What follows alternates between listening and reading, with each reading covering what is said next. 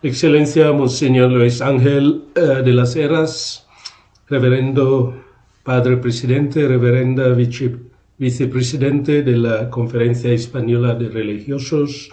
Superiores Mayores, hermanos y hermanas. Al hacerles ligar mi saludo a todos y cada uno de ustedes, quiero expresar mi gratitud al Reverendo Padre Jesús Antonio Díaz Arriego, que en nombre de los miembros de esta conferencia de religiosos, a través de la Secretaría General, me ha invitado al inicio de esta nueva asamblea. Muchas gracias. Aprecio muy vivamente en este gesto un signo filial, cercanía y comunión con nuestro Santo Padre, el Papa Francisco. Como pude expresarles, nada más recibir la invitación, me encuentro en Filipinas por motivos familiares, en este caso muy gozosos. He regresado a mi tierra después de 2 años y medio, sin haber podido participar del funeral de mi madre, sin ver a mi padre que ahora está cumpliendo sus 100 años. A través del lema escogido para este encuentro, Corrientes de Sinodalidad, comparto con gozo la acogida por parte de los religiosos y religiosas españoles de la iniciativa del Santo Padre en orden a la evangelización, potenciando y actualizando una iglesia sinodal, una iglesia en salida, donde unidos a los pastores de la iglesia en España, dejemos espacio a la comunión, a la participación y a la misión. Al tratar el tema con la expresión corrientes de sinodalidad, es muy provechoso recordar que el Papa, con atento discernimiento, las ha precisado situándolas en el contacto de cada fiel con la palabra de Dios. En la homilía de la misa de inauguración de la presente etapa presinodal, el Papa Francisco aclaraba que el sínodo es un camino de discernimiento espiritual, de discernimiento eclesial,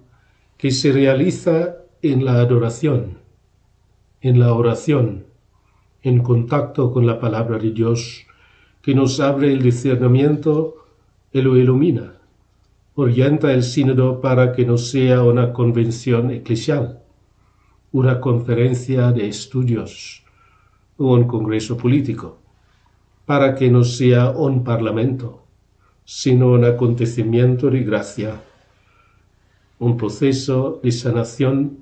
guiado por el Espíritu Santo. Con esta guía no caeremos confundidos en las paralelas de lo que podemos llamar corrientes de publicidad, las cuales pueden echar a perder el propósito del Papa, con interpretaciones espurias a la misión evangelizadora de la Iglesia, tal como él ha manifestado en diversos momentos y de una manera oficial y como pauta vinculante en la Constitución Apostólica Episcopales Communio, especialmente el número 7. El Papa Francisco, desde la Iglesia Sinodal, establece el principio de que los obispos deben ser capaces de percibir las indicaciones del Espíritu, distinguiéndolas de las corrientes cambiantes de la opinión pública. En el inicio de la presente Asamblea General, coincidiendo el tiempo de la etapa presinodal, es conveniente tener claro que la historia de la Iglesia testimonia ampliamente la importancia del proceso consultivo para conocer el parecer de los pastores y de los fieles en lo que se refiere al bien de la Iglesia. Por eso es de gran importancia que también en la preparación de las asambleas sinodales se cuide con especial atención la consulta de todas las iglesias particulares y todas las fuerzas de la Iglesia. En esta primera fase, los obispos, siguiendo las indicaciones de la Secretaría General del Sínodo de los Obispos, someten las cuestiones a tratar en la Asamblea Sinodal a los presbíteros, a los diáconos y a los fieles laicos de sus iglesias particulares, tanto individualmente como asociados, sin descuidar las preciosas aportaciones que pueden venir de los consagrados y consagradas. Atentos al sensus fidei del pueblo de Dios, que deben saber distinguir atentamente de los flojos muchas veces cambiantes de las opiniones públicas, los miembros de la Asamblea ofrecen su parecer al Romano Pontífice para que la ayude en su ministerio de pastor universal de la Iglesia. Como ven, el Papa, al establecer la pauta para la sinodalidad de la Iglesia, cuenta con las preciosas aportaciones que pueden venir de los consagrados y de las consagradas. En este sentido, pienso que es muy provechoso tener en cuenta la homilía que os dirigía en la liturgia de la presentación del Señor el pasado 2 de febrero, jornada para la vida consagrada. Aunque el Papa no pronuncia en su homilía la palabra sinodal o sínodo o sinodalidad, sin embargo, escuchada o leída en el curso de esta etapa presinodal, viene a subrayar la fluente de la sinodalidad en la renovación que se halla íncita en la naturaleza misma de la vida religiosa.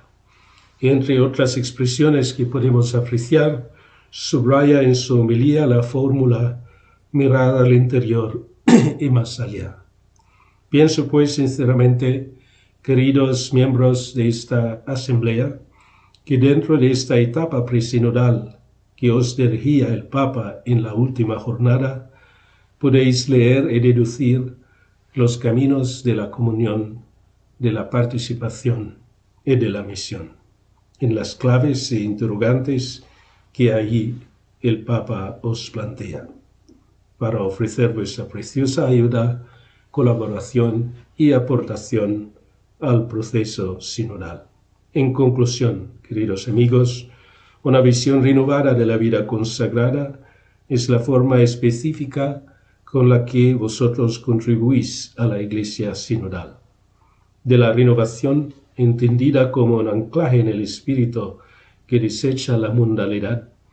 lo contingente, lo cambiante, y que adquiere la capacidad para mirar hacia el interior y más allá, pueden desprenderse de los consagrados y consagradas preciosas aportaciones que ayudarán seguramente a lo que el Papa ha pedido. Les aseguro un recuerdo en mi oración para que en sus trabajos sientan la alegría de caminar juntos con los miembros, no solamente de su propia familia religiosa, sino de todas las congregaciones y sociedades y de la Iglesia entera, enriqueciéndola con el testimonio siempre vivo del amor que nos precede y siempre acompaña. Queridos amigos, queridos miembros de la vida consagrada, aunque vivieron en otro tiempo, siguen siendo testigos de la perenne dimensión renovadora del espíritu que constituye la vida consagrada, los santos, cuyo cuarto centenario de canonización recordamos con gozo el presente año: San Ignacio de Loyola, San Francisco Javier, Santa Teresa de Jesús. Ellos ejercitaron el mirar hacia el interior y más allá. En palabras de Teresa con veracidad de testimonio, como ella afirmaba, que yo sé que es verdad esto que digo. Por supuesto, tenemos un cuarto santo español en aquella canonización de hace 400 años, un santo muy famoso, muy amado en todas las partes del mundo, incluso en las Filipinas, donde hay muchísimos barrios, aldeas, también ayuntamientos, sobre todo muchas capillas e iglesias dedicadas a él. Yo hablo, por supuesto, de San Isidro Labrador. Entonces, felices fiestas a Madrid y felices fiestas a todos los religiosos y religiosos de por esta grande canonización de los grandes santos españoles religiosos, San Ignacio de Loyola, San Francisco Javier y Santa Teresa de Jesús. En aquel tiempo también fue canonizado San Filippo Neri, y por eso que los italianos en aquel tiempo se decía que el Papa canonizó un santo y 4 españoles. Por supuesto, son también muy santos los españoles. Entonces, enhorabuena, buen trabajo, buen discernimiento, que seguramente resultará en buenas decisiones. Gracias por vuestra entrega, por vuestro trabajo, y no olvidéis de rezar por el Papa, como él pide siempre, seguros de que él también ofrece su sacrificio por la Iglesia, llamada cada vez más a esa verdadera renovación espiritual de todos sus miembros. Entonces, buen trabajo, que Dios os bendiga.